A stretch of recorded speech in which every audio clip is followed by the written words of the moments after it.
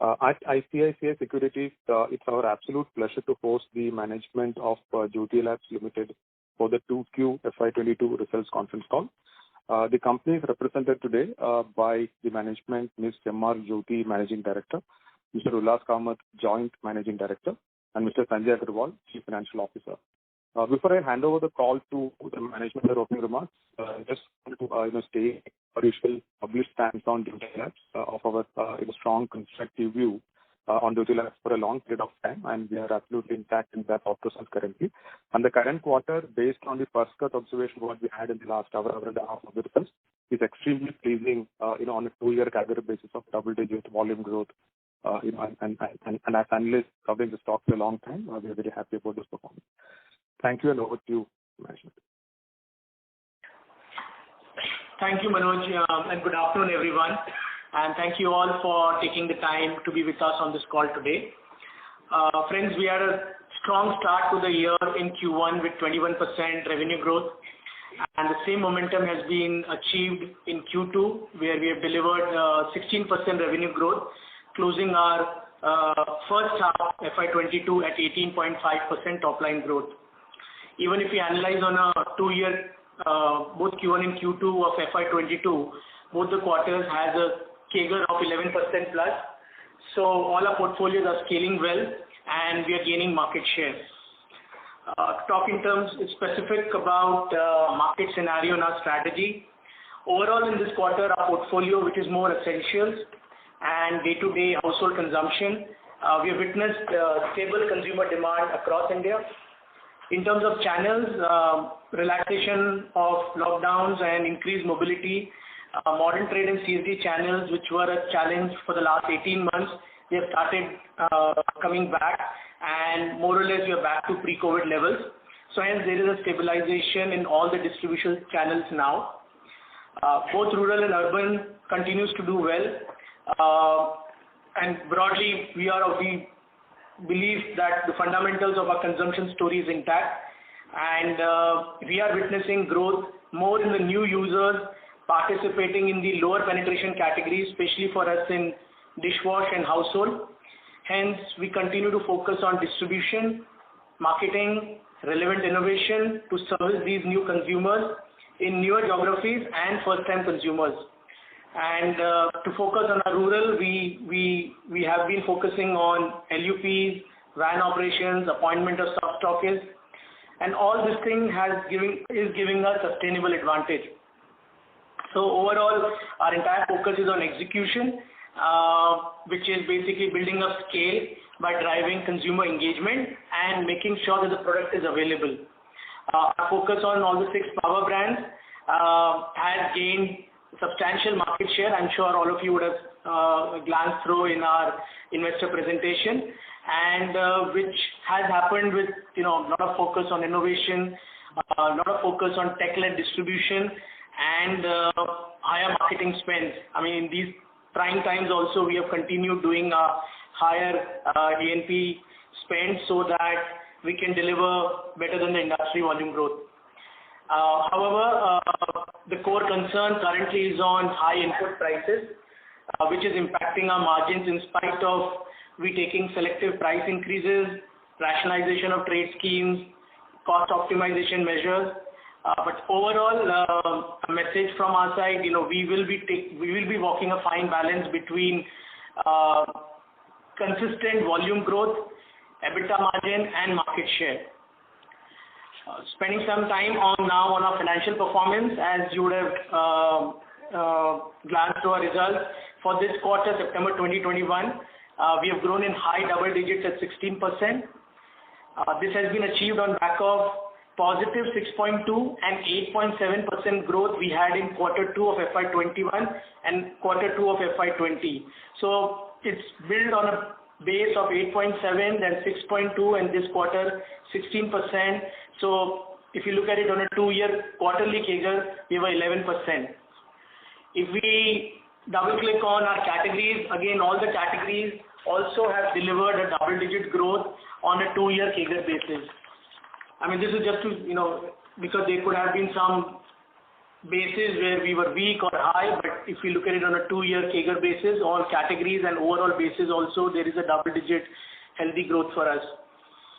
However, as I mentioned earlier, the margins have declined primarily due to increase in unprecedented input cost, which has impacted EBITDA too. So from our historical EBITDA of 15-16%, we have 11.4% this quarter. And to be frank, this is an anomaly. We are mitigating it through scale leverage, through cost optimization and selective price increases. And also as highlighted in our presentation, all input prices, whether it is palm oil, whether it is lobster, whether it is HDP, paper costs, I mean, this is the first time where we are seeing all raw material prices are going up. I mean, it's not that the first time we are seeing crude going up to $80. But in those situations, palm oil would not have gone up or packaging cost would not have gone up. But as we see today, all raw material prices are going in tandem at the same time. So, we had seen, broadly 60 to 80% price increases. If we look at it from currently from October, November to March 20, which is pre-COVID. So there is a concern, and we are trying to mitigate that. How we are doing the mitigation, if we look at it from this quarter perspective, our input prices have increased as a percentage of turnover by 12%. So sequentially last quarter we were at 10%, which is now increased to 12%. However, we have mitigated it we have taken price increases to the extent of 4 to 5%. And because of our scale, we have got efficiencies of 2%. However, this quarter, if you see, our fabric care sales are higher, which is a 25% increase, so which has a higher impact of purchase price increase, which is LABSA. And hence, our gross margin has declined by 7%. So in summary, or in simple terms, 12% increase in raw material prices, 4-5% price increases have been taken, and 7% has been impact on the GM. We'll try to see how best we can offset this material cost pressure going forward by even selling more higher margin products, which could be personal care, liquid vaporizers, fabric care post-wash sales, and so on. But in all this thing, we have seen a good demand for our products and a strong market share gains what we have got, and we don't want to break that momentum which we are building up with a lot of hard work. Our advertisement and promotion expenses, investments have increased by 35%. We are not tinkering with the media spend and staff hiring as they will aid us in long-term growth. We continue to have a strong balance sheet with net working capital at 12 days and a debt-free position. And this will help us in taking required tactical calls to strengthen our business for long term. In terms of our category-wise performance,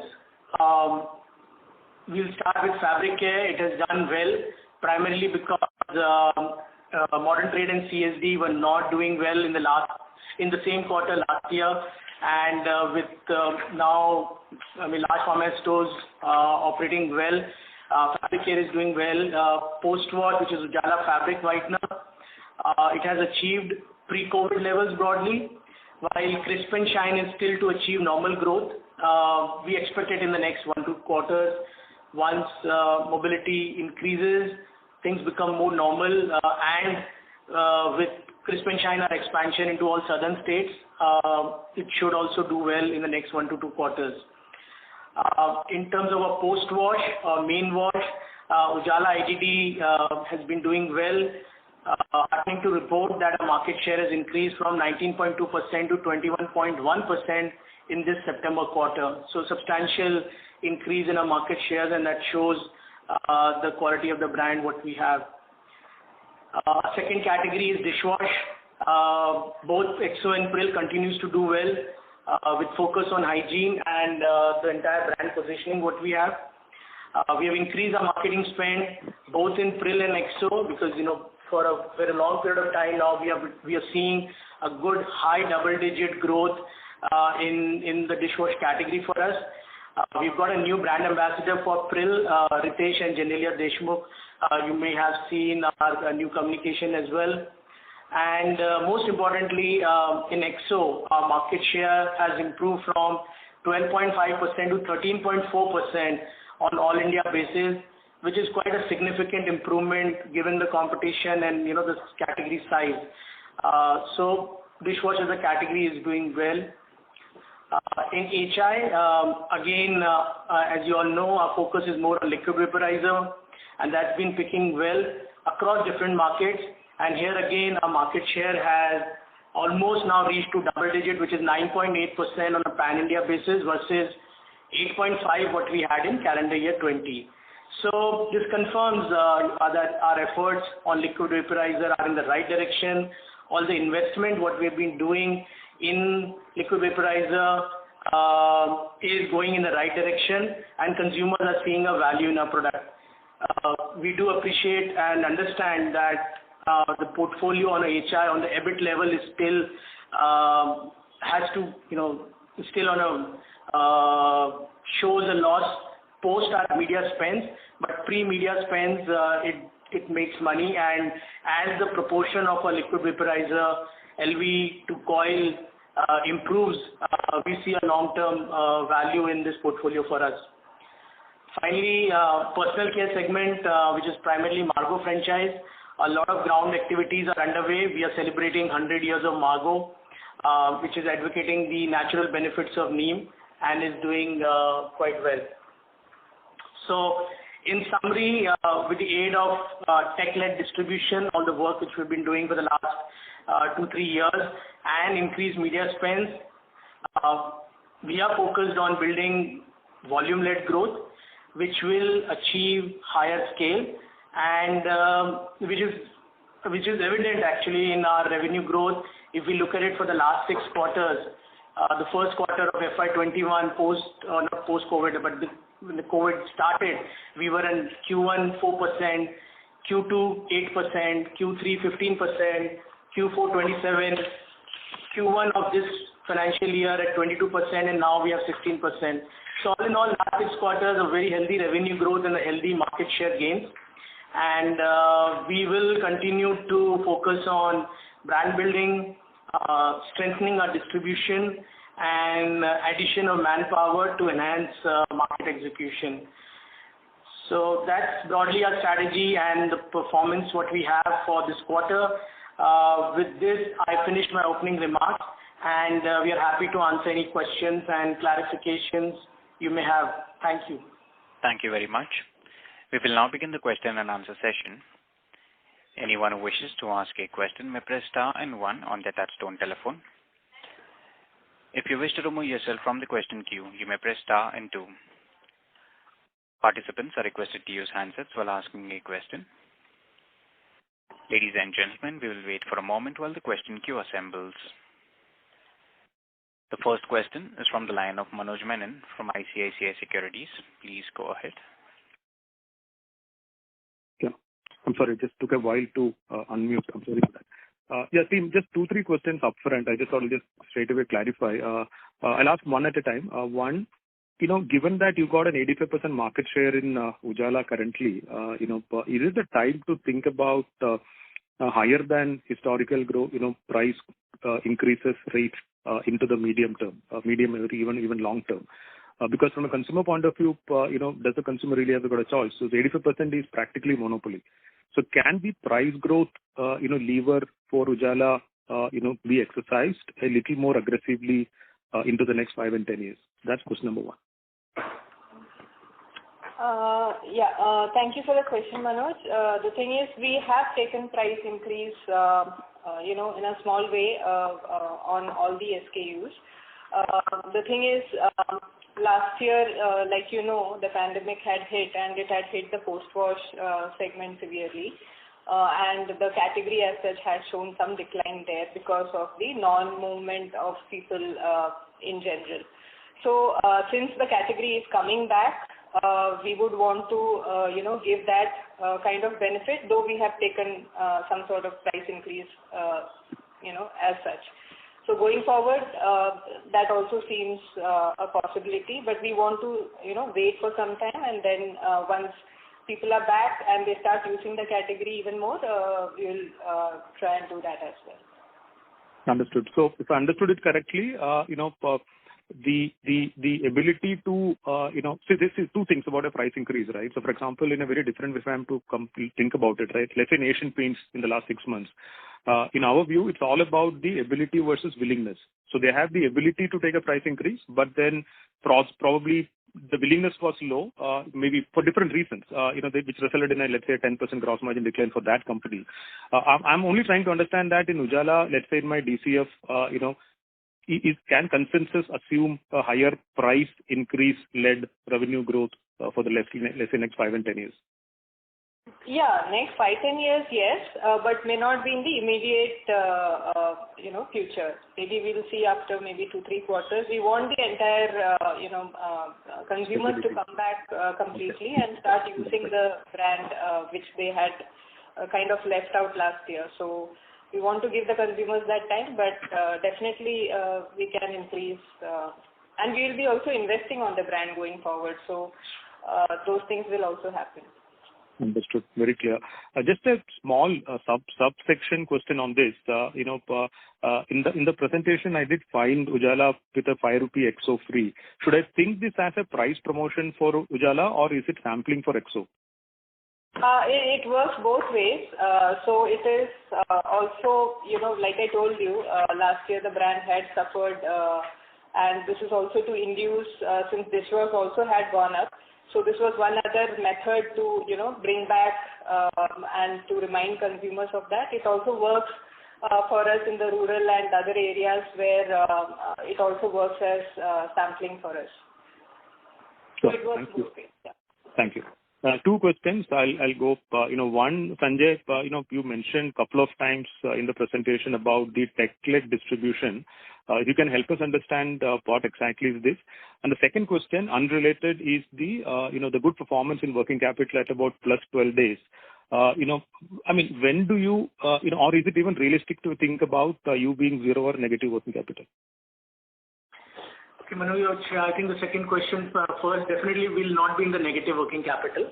I think we are happy with the 12-15 days what we have as of now, and we'll at least aim to be just sticking on this number.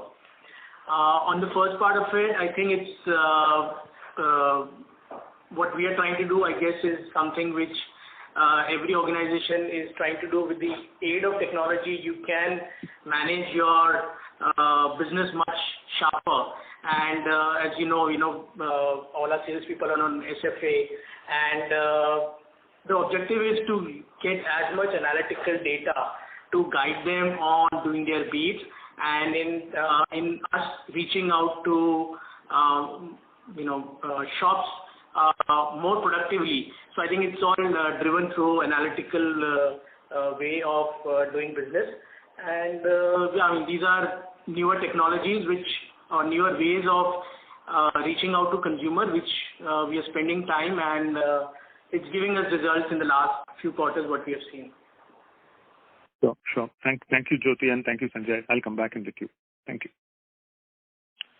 Thank you. The next question is from the line of Abneesh Roy from Edelweiss. Please go ahead. Yeah, thanks. Congrats for the good set of numbers. So my question is on the overall volume growth, was there some benefit because of Kerala coming back to bit normalcy in both Q1 and Q2? Kerala was one of the most impacted states in terms of COVID.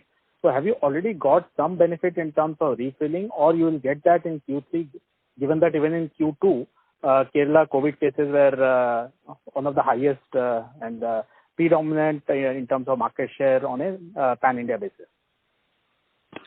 Yeah, Abneesh, it's unfortunate Kerala is still having a higher number of COVID cases.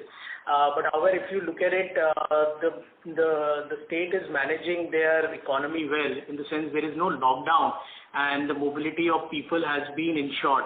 And with their good healthcare facilities, I think the state is doing okay on that. So coming back to our business, there is a minor issue here and there which we see, but overall there's no refilling and stoppage, and therefore there's no one-time sales which have happened either in Q1 or in Q2. So it's pretty normal as what we see in other parts of India also. Sure. My second question is, when I see your Q1 and Q2 growth rate for HI, there is a slower growth, and we understand the seasonality. But do you think that in Q3 the growth rates could bounce back? And in coils, a specific question, you have done quite well in terms of market share. But against the illegal incense stick, are you looking at active molecule ingredient kind of, so more disruptive products against that? So hi. So the thing is, like you said, there was a seasonal, issue from a coils per se, but liquid vaporizer, as you see, is something which is almost a year-long consistent segment. So it's the season that impacts the coils. Now coming to this current quarter, it's not a very coil, favoring season as such. Our seasons are usually from July to September, and then from Feb to mid-April sort of a thing. So that's when the biggest of seasons are for mosquito coil as such. And liquid vaporizer here is almost a year-long, phenomenon. Now, when the dengue cases and things are going up, as such, if you see across, I think that also should benefit our liquid vaporizer segment. And in incense sticks, right now there is no plans as such. We'll have to see when some breakthrough happens in that. Sure. Last question, when I see your two brands in dishwash in terms of market share, EXO has gained around 90 bits market share versus CY20, but Pril has lost almost 230 bits versus CY20. So could you explain why the divergence and what is the specific issue in Pril? There is no as such issue in Pril. In fact, it has maintained the market share. What has happened is, if you see through modern trade as such, when it was impacted, and some of the offers that was running, we didn't want to give or play at that level. But in my opinion, it's not a big issue. The brand is doing well. Okay, that's all from my side. Thank you. Thank you. The next question is from the line of Harit Kapoor from Investec. Please go ahead. Yeah, hi, good afternoon. So first question was on the distribution side. So, do we look at the, the improvement in sales growth led, driven by distribution to be only a function of, higher throughput, or have you also added outlets? So I remember you talking about 2.8 million overall outlets. Where are we in that? Are we looking at addition there, or is it just better effectiveness of this distribution through tech, etc.? So definitely, Harit, it's a function of both numeric distribution and increasing the throughput. So we are increasing our outlets every month with the help of a lot of data which we are collating. So as we speak, there will be both increase in the direct reach and increasing the throughput. And that is what, you're seeing both the market shares and the top line growth coming in. We're also adding people wherever required. So bunch of things together. And we are increasing the direct reach, and overall increase obviously happens with the addition of sub-stockists or wholesalers. So that's where, at the end of the day, we have to reach out to large number of consumers where we see a potential for us. And rural India is one place where we are spending a lot of time. And we will be able to share more numbers maybe on a yearly basis, how our direct reach is increasing on a yearly basis. Got it. I'll wait for that. The second thing was on the innovation side. So, while that is one of your strategic pillars, you kind of mentioned Maxo Genius in that.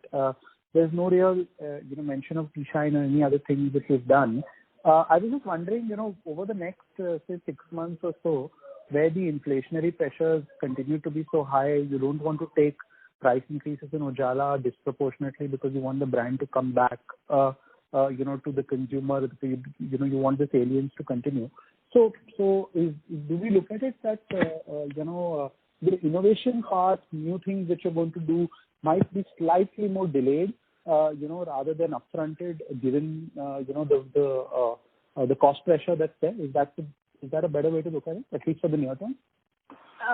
So the thing is, we would want to carefully choose and invest behind brands where we are currently operating, and we have launched Ujala IDD liquid detergent already in this quarter, and in the southern states, and it's doing pretty well. And the thing is, we would want to invest there. You would also see one or two more innovations coming in the subsequent quarters. And if I can ask, that too would be in the laundry segment only, or you're saying the one or two innovations will be outside that? It could be outside that as well. Okay. Got it. The last question was on the margin profile. Now, see, if you look at the home care business, I understand Ujala, you don't want to take up price increases sharply, but we've seen sharp contractions in dishwash as well, and I'm assuming even the base detergent business, whether it's Ujala IDD or Henko, would have seen a sharp impact. By when do you see some of this returning? Do you see competitors and yourself kind of looking at sharp price hikes in that space, at least over the next 3 to 6 months, because the inflation is unprecedented, and I don't think this 4.5% kind of will cut it, right? So I just wanted to get your sense on when do you see materially higher price hikes for the industry in dishwash and base laundry? So, Bharat, you are also observing and watching how the raw material prices and packaging material prices are going up. Yeah. Now, if this level of high input prices continue, definitely we will take series of further action. But as we speak, we are managing, as I said earlier, the volume growth, the market share, and the margins. So it's a balance which we are trying to do. If it goes, furthermore from here, obviously series of actions will be taken. But we don't want a situation where we keep increasing prices in a manner where it just breaks down the volume growth. And there are price increases which can be taken on larger packs. On the smaller packs, 5 rupee, 10 rupee prices can't be taken up. So it's anybody's guess as of now how much we'll be able to increase the prices. It all depends on how the environment throws us the challenges, and we'll accordingly react on it. Got it, Sanjay. Thanks. That's it from me. Thanks. Thank you. The next question is from the line of Shantanu Basu from Smiths Limited. Please go ahead. All right. Thanks for giving me the opportunity. I have 3 questions. So firstly, would like to understand from you, what would be your outlook on raw material prices, gross margins, and EBITDA margin going forward for the next 2 quarters? And I would also like to know your thoughts on ad spend as a percentage of sales going forward. So how would the annual percentage look like in terms of as a percentage of sales? And next is, do you plan to launch a company-owned e-commerce channel? In the last quarter, you said that it is still in an evaluation stage, so your thoughts on that. And lastly, if you can focus on, if you can tell me your modern trade growth during this quarter, as well as the e-commerce growth and general trade growth, these 3 channels growth. There are many questions, so I'll take the last question first again. Modern trade e-commerce, again doing well. E-commerce, which used to be, say, 2% of our overall sales, is now around 4%. So that's doing well. Modern trade is doing well. It's a high double-digit number because maybe the base was lower, but modern trade is doing much better, and we are seeing more stabilization in modern trade now. In terms of the A&P, we continue to spend, say like this quarter, it was around 7% of our top line.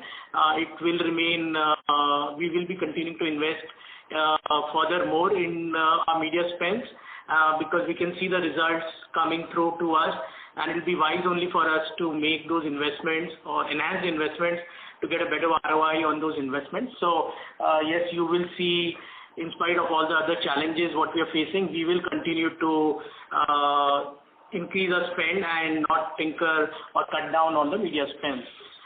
In terms of your first question. Yeah. Yeah. What's your question? Hello? Yeah. So on the A&P spend, just what would be the annualized percentage on sales?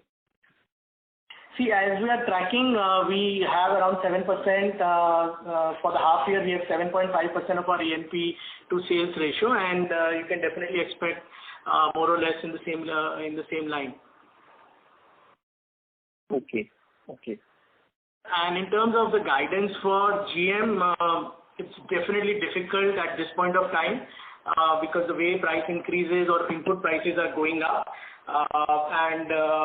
So, as we said, it's difficult to give we would definitely take all steps which are possible to bring back our EBITDA levels of past, which were at 16-17%. But maybe in 1 or 2 quarters, difficult to expect to bring back those numbers. Okay, thank you. And the last question was on any plans of launching a company-owned e-commerce channel? Not immediately as of now. This is something which we are evaluating, and we'll definitely get back to you and as and when we make our plans formed up on that. Okay, thank you very much. Thank you. A reminder to the participants, anyone who wishes to ask a question may press star and 1 at this time. The next question is from the line of Percy Panthaki from IIFL. Please go ahead. Hi, Sanjay and team.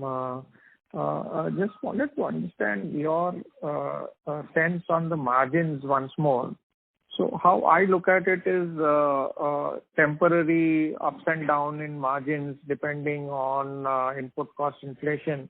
That's par for the course in FMCG. It happens to all companies. Maybe in your case it is on the higher side in terms of intensity.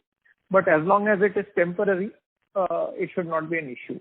So I recall earlier we used to have like a 15-16% kind of margin range. And then the expectation was that we would build on that, let's say every year 50 to 100 basis points going up on that base.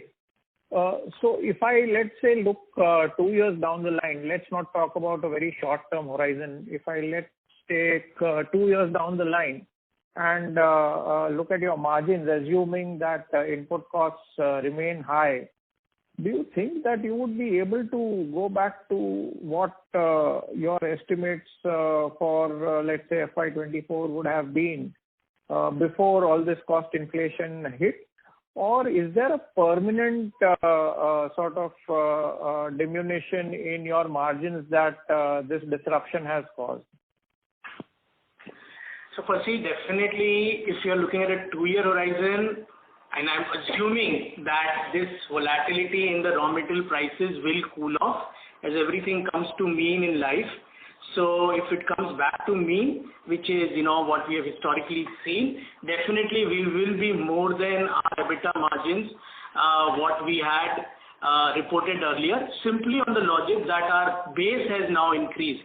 In the sense, our volumes for the last 4, 5, 6 quarters all have been growing in double digits. Volume growth, I'm saying. So definitely we'll get far more scale advantage. And as you know, we have our own factories, we have our own sales staff. So all this thing will give us a lot of operating leverage. I'm very confident that we will be doing much better than our historical margins for sure. And is this a permanent thing? Whatever numbers we are reported, as I said earlier, this is definitely an anomaly. No one has seen these levels of raw material input prices, and if I put it in a lighter side, this may be just a short bad patch on the Mumbai-Pune expressway. So we have to just pass through this, and hopefully the destination is going to be very soon. Coming through. So we have to pass through this. I think the only good thing for us is that we are able to get volume growth and getting market share from very strong competitors In that way, we look forward that we keep growing we keep focusing on brand investments and keep growing our portfolio to get the benefit, as you said, of the margins when the raw material prices and overall economy or whatever these commodity prices cools off. But Sanjay, what happens if commodity prices stay where they are? See, you are right in saying that they might come off, right? But as an FMCG company, we cannot be dependent on commodity prices for our margins, at least in the medium term. In the short term, yes, I understand. But in the medium term, you should be able to get a decent margin irrespective of what the commodity prices are. So let's take an assumption that they stay where they are. Then what is the plan, and how much of price increase would you need to go back to your initial sort of margin estimates of, let's say, 16-17% versus the fallen levels right now? Would you require, let's say, 8%, 10%? What kind of total price increase would be required? So Percy, definitely if it continues like this, we will not shy away from taking any further price increases and take any further course of action, whether it is reducing trade schemes, whether it is taking MRP increases. Simple mathematically, if we look at it today, if we take additional 5% price increases, we will be back to a previous EBITDA margin. So there's a 6-7% GM decline, and if we take those level of price increases, definitely we'll be back to the same margins. So it's not something which we are overly worried about it. If time requires us to do it, definitely we'll do it. And it's in our hand, we'll definitely do it. If that is where, for a long term, if we are seeing the prices or input prices to remain at those levels. Right. Sorry to belabor this point, but just one sub-question on this. See, apart from Ujala, in most of the other segments, we are not the market leaders, and we have a rather sort of number 2, number 3 position, market shares of 15-20%, etc. So, if for whatever reason the large players in these segments decide that they want to play the portfolio and they want to take price increase in other areas and not touch these segments into which we are present, then do you think that we will be able to independently take the price increases necessary to restore the margins? Do we have that kind of confidence? So Percy, I think why that confidence is there, which I answered you earlier, is if our market share from XO from 11-12% is going to 13.5%, if our LV market share from 7-8% is going to 10%. Now, and these are all pan-India numbers, by the way, and there are certain states where we have very high market shares. Obviously, that's why it makes up to a pan-India number of 13.5% or pan-India number of 10%. Coils is 24%. So we may be a follower in that way, but we ourselves have a decent state to take any price increases or take our independent decisions at that point of time. Right. Makes sense. That's all from me. Thanks a lot, Sanjay. Thank you. The next question is from the line of Gaurav Jogani from Axis Capital. Please go ahead. Thank you for the opportunity, sir. So the question is with regard to your strong performance in the dishwash. It's been very commendable that on a year-to-year basis, the growth rates have been quite good. So would you like to highlight what are the key actions that you've been able to drive growth in this segment, and how sustainable is this going forward? With the COVID now coming down and in terms of certain categories also coming down. So any impact that you see ahead in this category? The segment has been doing well, both in terms of bars and liquids. Both have been doing well. And the thing that modern trade has come back, we also see some additional growth happening there, which was not so much if you see in the last year and last quarter. So those channels are also coming back. We expect the dishwash to do continue to do well.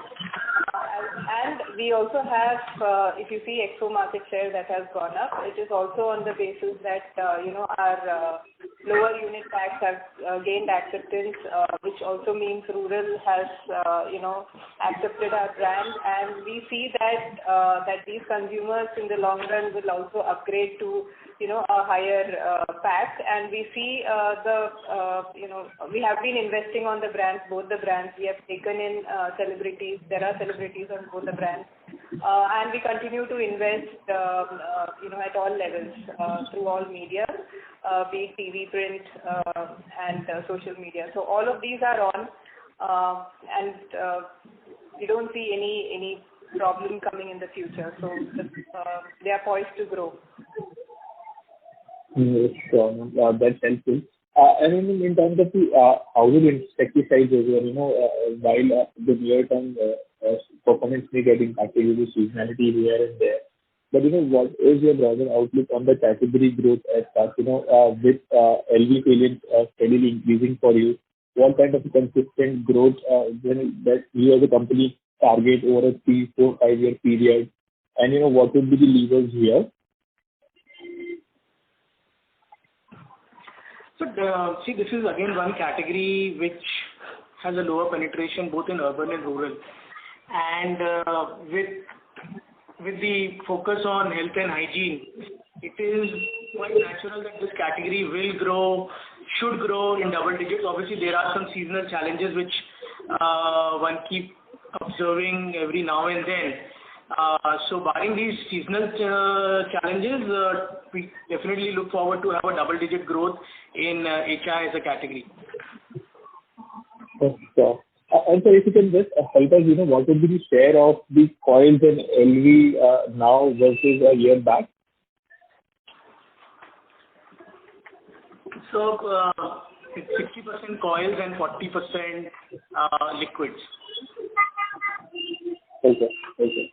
And what would be around it a year back? I mean, the only point here is, has the LV share increased over the last 1.5 years? Yeah, so maybe 18 months back it used to be 35% liquid and 65% coils. Okay.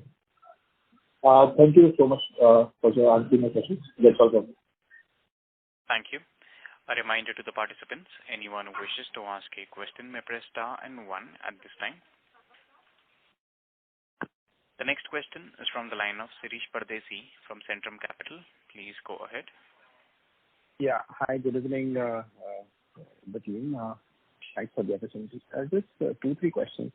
The first question is that incrementally, most of the companies who have declared the result and this all confusion started from Nielsen numbers predicting rural slowdown.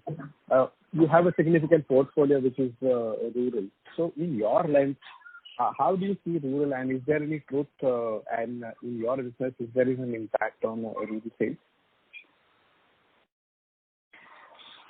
Shirish, it's more of an intellectual question because see, at a broad level, we are undeterred by this noise on rural India. However, at the same level, of late, we have seen there has been some moderation in rural India or rural growth. Now, this could be because of inflation, this could be because of normalization of economy, post-COVID normalizing, and obviously there's been slight higher base as well. So bunch of things as of now, and we didn't see much of an impact in Q2, but as we step into Q3, there is something visible, but we'll have to run the course to see 1-2 quarters whether it is anything structural.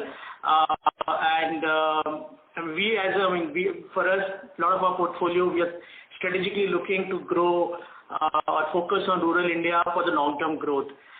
So it may be possible, it may impact us in next 1 or 2 quarters, and therefore we'll be able to predict much sharper at that point of time. Thank you, Sanjay. My second question is that, if I understand correctly, you said you have taken 5% price increase, and to answer one of the participants' question, you said another 5% to negate the inflation. So does that mean your current inflation is in the range of about 10-11%? Yeah, that's right, Shirish. Okay. My last question is that what we gather and what we see that most of the companies are talking high decibel campaign and focus on the D2C brand. is Jyoti has been trying, or is there any position which you can share? What are the efforts we are making on this? So definitely we are not saying that this is a no-go area for us, and as of now we do not have any product which is going to be launched on a D2C platform in the immediate future. But as we move along, yes, there will be brands which we think can do much better on D2C. Definitely we'll do that. See, the reason, one follow-up here is the reason that we have been representing in the mass category. And is that is the focus for the company, and that's why we are not looking at, because most of the products what we see in the D2C space is trying to premiumize maybe 2.5%, 2.5 times higher than the mass segment. So is that the limitation which you guys are facing, or is that the opportunity which definitely enticing in the current portfolio of the scheme of the things? No, there is no limitation. Our minds are not closed, and we do see an opportunity, and we will handle that as we go along. We will identify in which personal care, which brand we should only position in D2C, so that both the D2C and the GT market and they are not cannibalized. But it is an area for us to work in future, and we will. It's a matter of time. If it's something which we think will give us growth, consistent and a profitable growth, we'll definitely do that. Sure. Thank you, Sanjay, and thank you for all the best, and happy Diwali in advance. Thank you. Thank you. I now hand the conference over to the management for their closing comments. Over to you, sir. So thank you all. Thank you very much. It was really great interacting with all of you, and again taking all your time and giving trust and confidence to Jyothy Labs story. Any questions, any clarifications you need, please reach out to us. And finally, wishing you all happy Dhanteras and happy Diwali. We look forward to seeing you all very soon. Thank you very much. Thank you.